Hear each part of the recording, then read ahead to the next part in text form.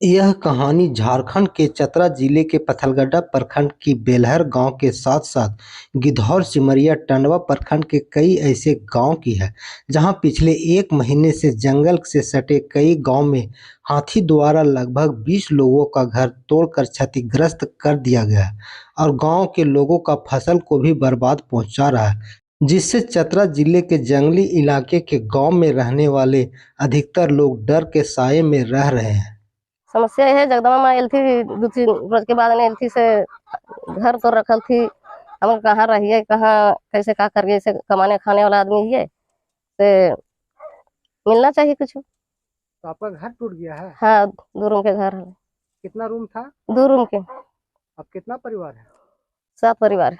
बेलहर गांव की त्रिभुवन भारती बताते हैं कि हम 7 परिवार घर में सो रहे थे। उसी समय रात में मेरा घर हाथी गिरा रहा था और हम लोग घर के कोने में चौकी के नीचे छिप गए, जिससे हम लोग बच गए। लेकिन मेरा घर पूरी तरह से बर्बाद और बर्तन भी बर्बाद हो गया, जिससे मेरा लाखों का नुकसान हो गया। समस्या है कि हाथी आया 4 बजे भोर में, तोड़ फाड़ के चला गया। दो रूम को घर मकान था, बाउंड्री था, से तोड़ फाड़ के चला गया। आल्टी बाल्टी जो से तोड़ के चला गया। तो आपका घर टूट गया है? हाँ, घर टूट गया है। कितना दिन हो गया? वो 4-5 दिन के पहले हुआ है। तो आपका घर टूट गया तो आपका कितना नुकसान हुआ? नुकसान तो ऐसा रहते लाखों रुपए नुकसान हो गया है। तब तो आप क्या चाहते हैं? चाहते हैं कि हमको कुछ व्यवस्था, इंदिरा आवास की व्यवस्था किया जाए सरकार। हम लोग गरीब आदमी कहाँ से बना पाएंगे? अपना हम लोग मजदूरी करे खाते पीते हैं, उतना हम लोग से हो नहीं पाएगा। घर में कुछ है नहीं। हम लोग 4 परिवार होते हैं, 2 बच्चा होते हैं। तो अभी आप कहाँ रहते हैं? अभी यही तरह से देखिए, कहीं जाए ओढ़ का रह रहे, ठंडा के मौसम में रहते हैं। हाथी आपका घर तोड़ दिया तो और क्या क्या नुकसान हुआ इसमें? नुकसान हुआ, घर नुकसान हुआ, थोड़ा बहुत बाल्टी तुल्टी था, पानी उनी वगैरह, बढ़िया बड़े जो खाना बनाते थे वही सब वही जगह पर थे, उसी पर सब फांस दिया, ढकल दिया, गिर गया, सब चौपट हो गया। आपका घर में हाथी घुस गया था तो आप उस समय कहाँ थे? घर में थे सर, डर के मारे हम लोग निकल नहीं पाए, चौकी तक दबर करा गए हम लोग। आप लोग आवेदन दिए हैं? आवेदन तो नहीं दिए हैं सर, लेकिन आवेदन देने के लिए चाह रहे हैं। गांव में कितने लोगों का घर टूटा है? गांव में 2 आदमी की ज्यादा क्षति हुआ है, शंकर भैया, त्रिभुवन भैया के।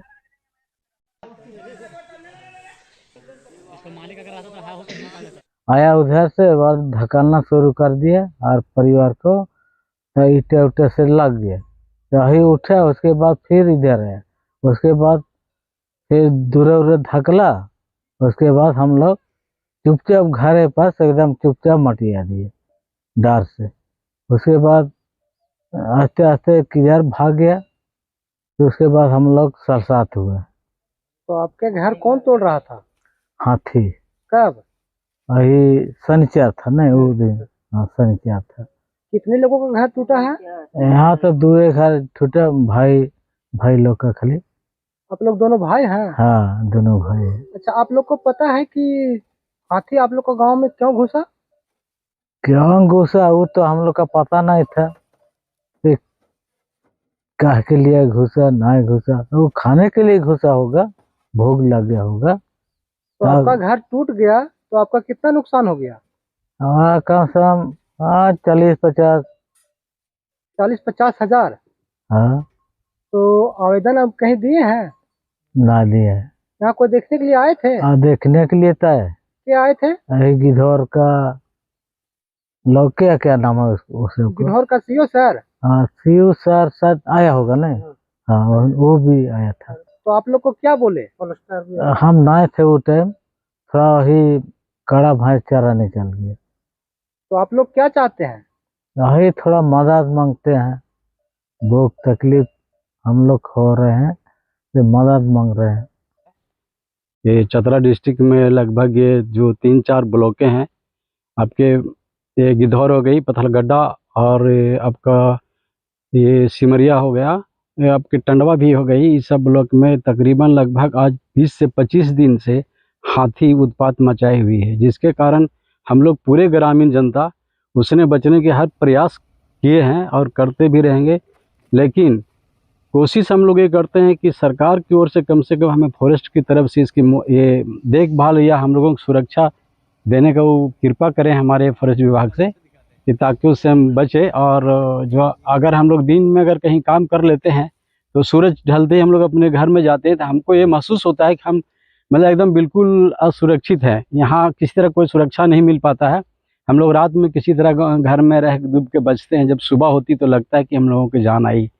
ग्रामीणों को हाथी से बचने के लिए फॉरेस्ट विभाग क्या कदम उठा रहे हैं? ये अभी तक तो फॉरेस्ट विभाग ने हमारे यहाँ कोई किसी तरह के कोई कदम नहीं उठाए हैं।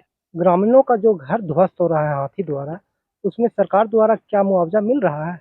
कि हाथी इस तरह का उत्पात मचाई है, लेकिन आज तक किसी तरह का कोई व्यवस्था नहीं है और लगभग 20 से 25 घर को ध्वस्त कर दिया गया और बहुत फसल को नुकसान भी हुआ, और जिसके कारण जनता बहुत घबराहट में है। और दूसरी बात है कि उनको किसी तरह सरकार से भी किसी तरह का मुआवजा नहीं मिल पाया है। आपको क्या लगता है कि हाथी जंगल से निकलकर गांव की ओर क्यों आ रहा है? वो हाथी अपनी भोजन की तलाश में या वो पानी के प्यासे रहती तो अपनी पानी और भोजन की तलाश में गांव की तरफ हाथी आती है जंगल से, अपनी पेट भरने की से। क्या आपके क्षेत्र में जंगल का कटाई हो रहा है? जी नहीं, हमारे क्षेत्र में तो अभी फिलहाल यहाँ नहीं, किसी तरह की कटाई नहीं हुई है अभी क्या इधर फिलहाल। माइंस वगैरह भी है क्या? जी नहीं, हमारे यहाँ खास करके प्रॉपर गिद्धौर ब्लॉक के अंतर्गत या खलारी गांव में किसी तरह का माइंस नहीं है।